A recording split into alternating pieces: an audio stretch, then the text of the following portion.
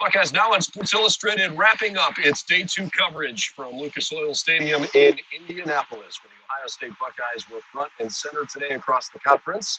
Ryan Day, three of his players, Zach Harrison, Thayer Munford, and Jeremy Ruckert, met with media members for several hours today, as a matter of fact, to unofficially kick off the 2021 season, and we're here to react to it just a little bit. I'm Brendan Gulick alongside Andrew Lind.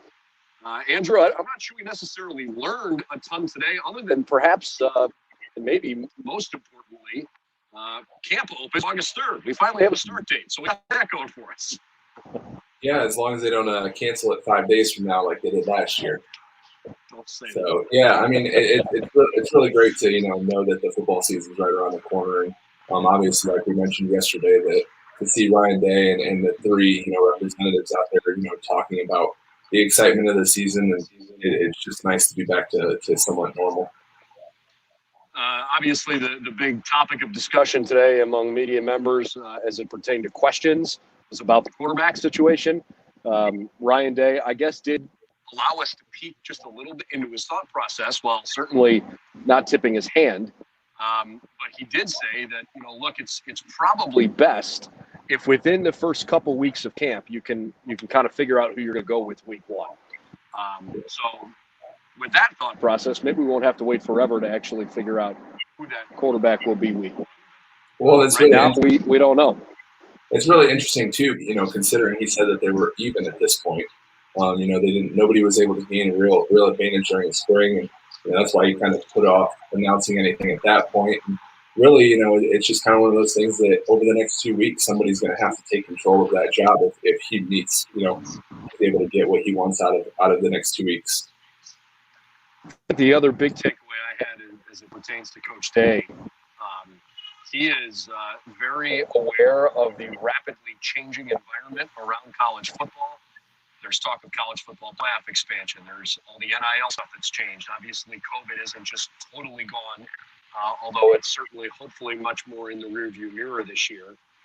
It's this crazy changing and rapidly changing landscape right now. And then throw in, by the way, Texas and Oklahoma have apparently shell-shocked the Big 12 this week and said, look, we're not going to try to renew our grant of rights extension after 2025. How much longer are they going to be in the Big 12? Who knows? Are they going to the SEC? Sounds like on Monday morning, that's this upcoming week, they're going to tell the Big 12, we're not looking for an extension, and they can then start talking to the SEC. The future of the SEC should, in my opinion, have some level of impact on the future of the Big Ten. So anyways, I bring all this up because Ryan Day basically said, we need to find a way to evolve with the times without changing things, one, just to change them, but two, without waking up one day and saying, gee, what is this sport that we used to know that's college football? And I think it's exhausting in a bit. Yeah, and I mean, I think that Ohio State's in a great position with Ryan Day at the helm of the program, as somebody who is able to kind of adapt to these things and understands the changing, landscape of it. And he's going to lead the Buckeyes in a position that, he understands that. So he's going to do everything he can to make sure that his program stays at the top. And if he recognizes those things, like you said, he's not going to let the program be passed by. He's not going to wake up one day and say, well, we're so far behind everybody else. This isn't what I expected. He wants Ohio State and the Big Ten to kind of be at the forefront of everything. So, like I said, I think that the Buckeyes are in a really good spot with him in that respect.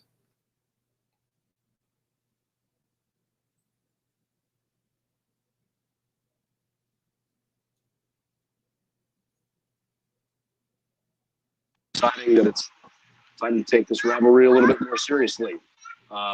Those questions, though, were asked of Munford and Ruckert and Harrison, and their responses ranged from, okay, about time, to, well, glad to hear that, to, hey, fine, but that doesn't affect the way that, things go on inside the Woody Hayes Athletic Center. So it's kind of a mixed reaction, among the three Ohio State players about all the talk with the Ohio State-Michigan rivalry apparently becoming a bit more intense. important now to the team up north. From Ohio State's standpoint, though, it's kind of one of those things that until Michigan actually proves it on the field, I mean, they're only going to really dismiss it from that standpoint.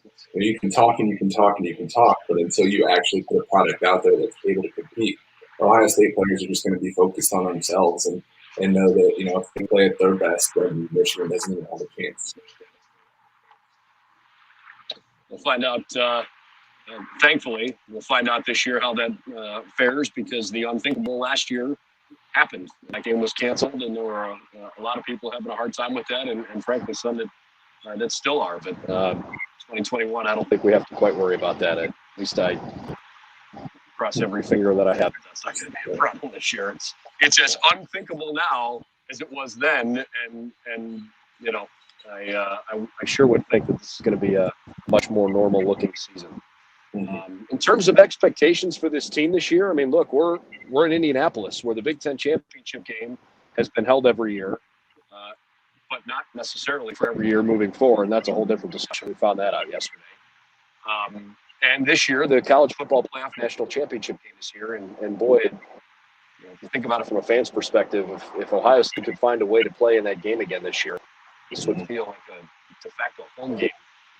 There's a lot to like about this city. If you're a Big Ten fan, if you're an Ohio State fan, can the Buckeyes get to the national championship game this year? Man, I don't know if that's a question we could really truly know the answer to until we start to see what the quarterback play looks like. Absolutely. It just feels a little different going into 2021 than it did in 2020. Yeah, and there was a graphic that popped up on Big Ten Network today that was talking about how Ohio State only returns 51% of its production from last year, and at some positions, particularly linebacker, they might be more athletic than they were last year. So it's kind of one of those things that you have to just kind of wait and see how those players perform, how they step up, and there's still a chance of an addition here or there that would actually help them. And like we said, it all ultimately comes down to how far the quarterbacks can take them.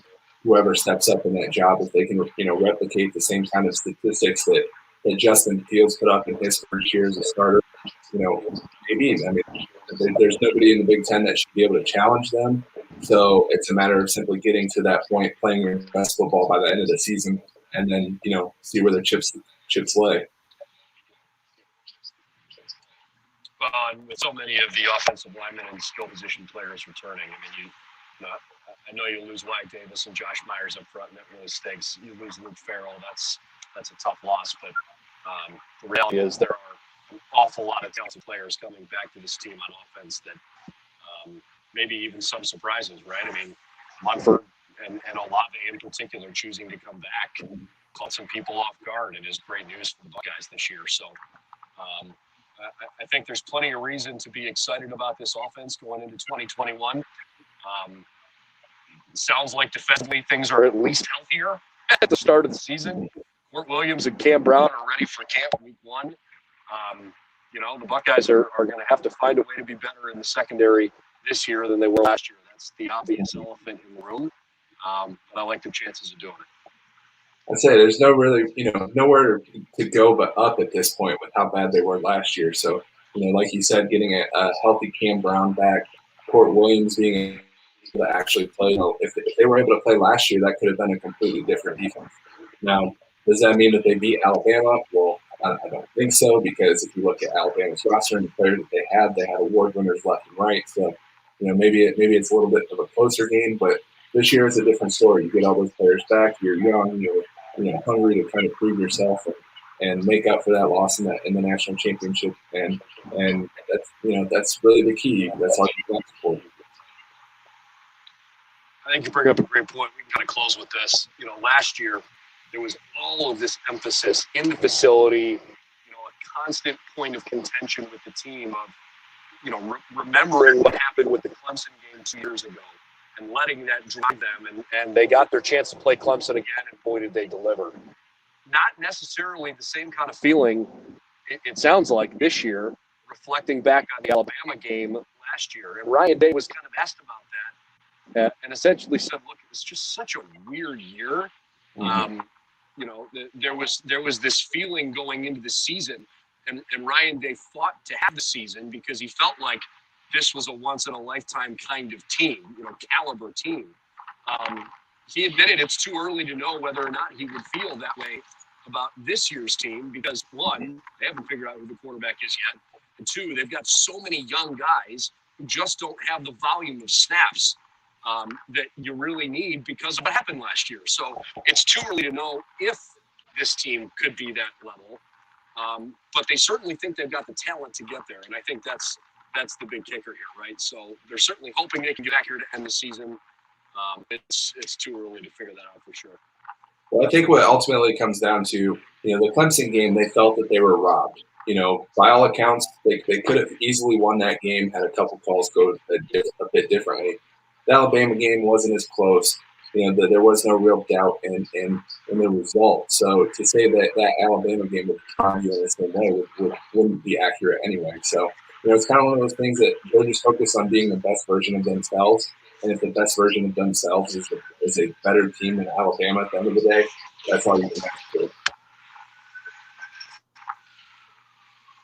Well, August 3rd is right around the corner, and Ryan Day said that they are in the process of breaking up their exact practices. They get 9 days in shells, they get 9 days in pads, and 7 days in helmets to put together basically their training camp schedule before they get rolling with week 1 against Minnesota. So awfully excited that Buckeye football is going to get rolling here again on August 3rd. That's pretty much it here from Indianapolis. A couple days without many surprises as it pertained to the Buckeyes or to the Big Ten. And looking forward to seeing what this team has in store and now that football is unofficially back. For Andrew Lind, I'm Brendan Gulick. See you again real soon. Buckeyes.